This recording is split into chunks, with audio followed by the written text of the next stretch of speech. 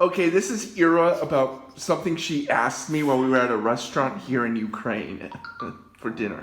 Oh man. Yeah, because okay, so we were talking about food, and then Bill asked like how I like the food in the States, and I told well, when my reply was, well, if it can be called food. Um, Honestly, I've been to the States a few times. I've been to New York, I've been to Washington, but you know, as a tourist, you don't really get to really try like what's local. You don't really go to supermarkets. All you do is find a nice Jewish restaurant and you kind of go there, or you find a burger place which is so filled with grease you don't really feel anything but the grease. But that's fine. It's part of the American experience, you know. And stuff keeps stinging, but whatever. So.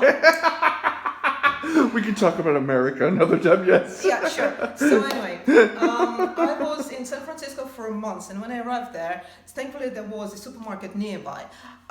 Me jet lagged to hell and back, probably like, I don't know, it felt like middle of the night, was probably middle of the morning in the States.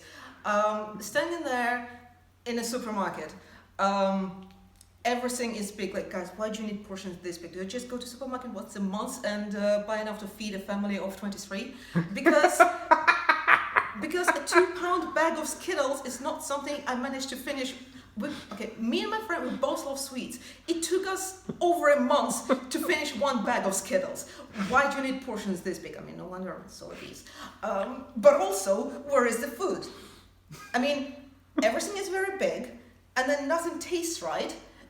And starting with plastic fruit and veg, I mean, I get why all the kids hate veggies. They don't taste like anything. It's just a piece of plastic. So picture me wandering about a massive supermarket with money in my pocket, starving because there is nothing to eat.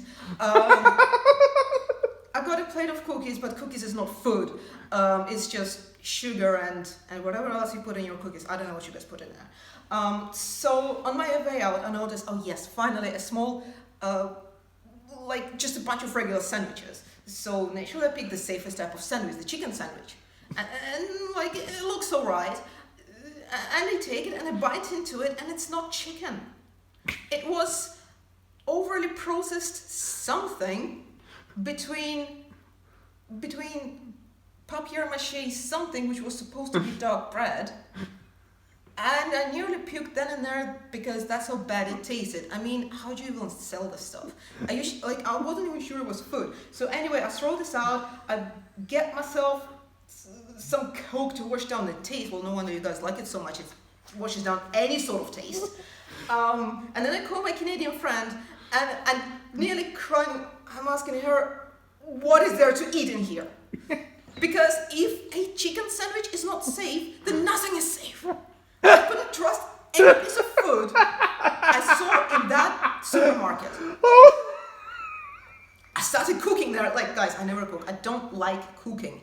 I started buying ingredients and cooking for myself just to have something decent to eat. Even then, it was so-so because, honestly, the food in Ukraine is much better quality. So anyway, first time I actually did eat properly, I was wondering about the one of the streets with the little shops, and then I smelled the wonderful smell of borscht. Mm-hmm.